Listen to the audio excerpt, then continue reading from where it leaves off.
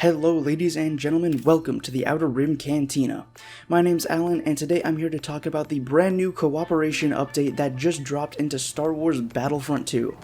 This month's update added lots of highly requested content and features, including the new Capital Supremacy planet Felucia, which you're seeing gameplay of right now, the brand new reinforcement, the Clone Commando, part of the Enforcer class, 4-player online co-op, instant action, and more.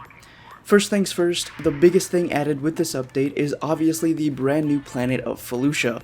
Yes, it's only available for Capital Supremacy at the moment, as this map was designed from the ground up with that game mode in mind, much like Geonosis Pipeline Junction West. It's unlikely, but possible, that we'll see a Galactic Assault variation of the map down the line, but nothing is confirmed as of yet. What we do know is that DICE is looking at creating a Heroes vs Villains / Hero Showdown map, along with a Blast map sometime in the near future. Though we were also supposed to get an HVV map variation of Crate, and that still hasn't happened even though the map has been mostly finished now for a year or so. Hopefully Felucia won't meet the same fate, because I can safely say this is my new favorite map in the game. If you've been subbed to this channel for long, you know that originally my favorite Battlefront 2 map was Naboo, and specifically the Capital Supremacy version of that map, because I'm a huge sucker for the urban combat battles in the Clone Wars era.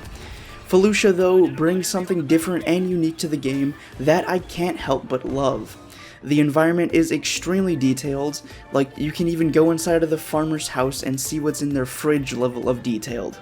Each command post is unique and offers both different scenery and different layouts for combat and engagements when you're fighting over the posts.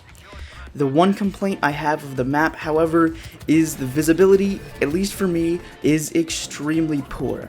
I was either looking into a bunch of dust, debris, and plants, or staring directly into the sun without much in between. And as you can see in this gameplay right now, most of the times I died was because I couldn't see the droids until they were right on top of me. I doubt that would be something DICE would change unless everyone started complaining about it on Twitter and Reddit, but it's definitely something I could get used to. Just when I was first playing on the map, the struggle was definitely there. When I started learning the map, however, the visibility issue diminished a little bit, but I would still prefer if it was a tad easier to see the droids when you're running around the map, because they can pop out of literally anywhere and you won't know until you're pretty much already dead. Other than that, I didn't see any major balance flaws that gave an advantage to one side or the other, and I didn't see any parts of the map where it was just impossible for one side to be able to capture a certain command post. All in all, it's a great map, and I just really hope we get a night variant in the future.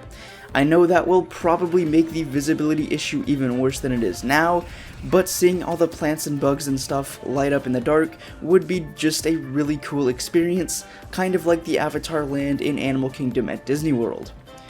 Next, I want to talk about the Clone Commando. This is now officially my new favorite reinforcement. Sorry, ARC Trooper. Being able to play as the Commando with all the same sound designs and details we had in the old Republic Commando game was incredibly fun and nostalgic. It honestly felt a little like I was playing Republic Commando again, just with better graphics. The one major balance issue I encountered, and that people are screeching about over on Reddit, is that the Commando's damage reduction ability gives him 50% reduction instead of the 25% that's listed in both the Clone Commando community transmission and the release notes for this update. Hopefully that will get fixed with a hotfix in the next couple of weeks, because right now it just makes the Commando insanely OP against virtually any of the Separatist reinforcements. Once I got used to the time it took to switch between the DC-17M to the grenade attachment and back, plus the time it takes to reload the blaster, it was an all-around fun experience, and really forced you to be more tactical than with other reinforcements, and kind of kept you from going in guns blazing and ability spamming all the time, while of course you can still do that sometimes. I did notice that you had to have a little bit more strategy with the Commando than say like the ARC Trooper or the Commando Droid or really any of the other reinforcements.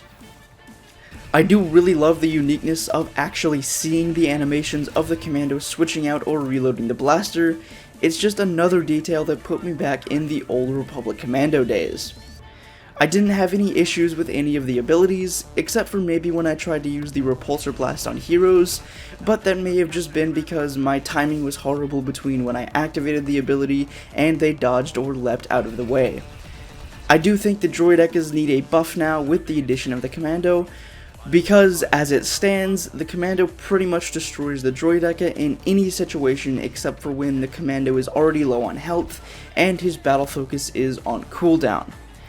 I don't believe the Commando should be nerfed though, as I and many other players in the lobby died a fair amount with the Commando to reinforcements or just regular troopers. Just some tweaks with the battle focus ability and a buff to the droideca should be fine. That's the two big pieces of content that I wanted to talk about, but as I said, 4-player co-op and instant action have both been added to the game for those of you who want to play with your friends and play by yourself offline. I don't really have any interest in either of those, so I still have yet to try them out, but I haven't heard any major complaints about those two modes yet. Some other things that were teased and confirmed for October is Maul's Kenobi emote from Rebels and the Farm Boy Luke skin, which is now present on the main menu of the game. That skin and emote will be available through 2 community challenges next month.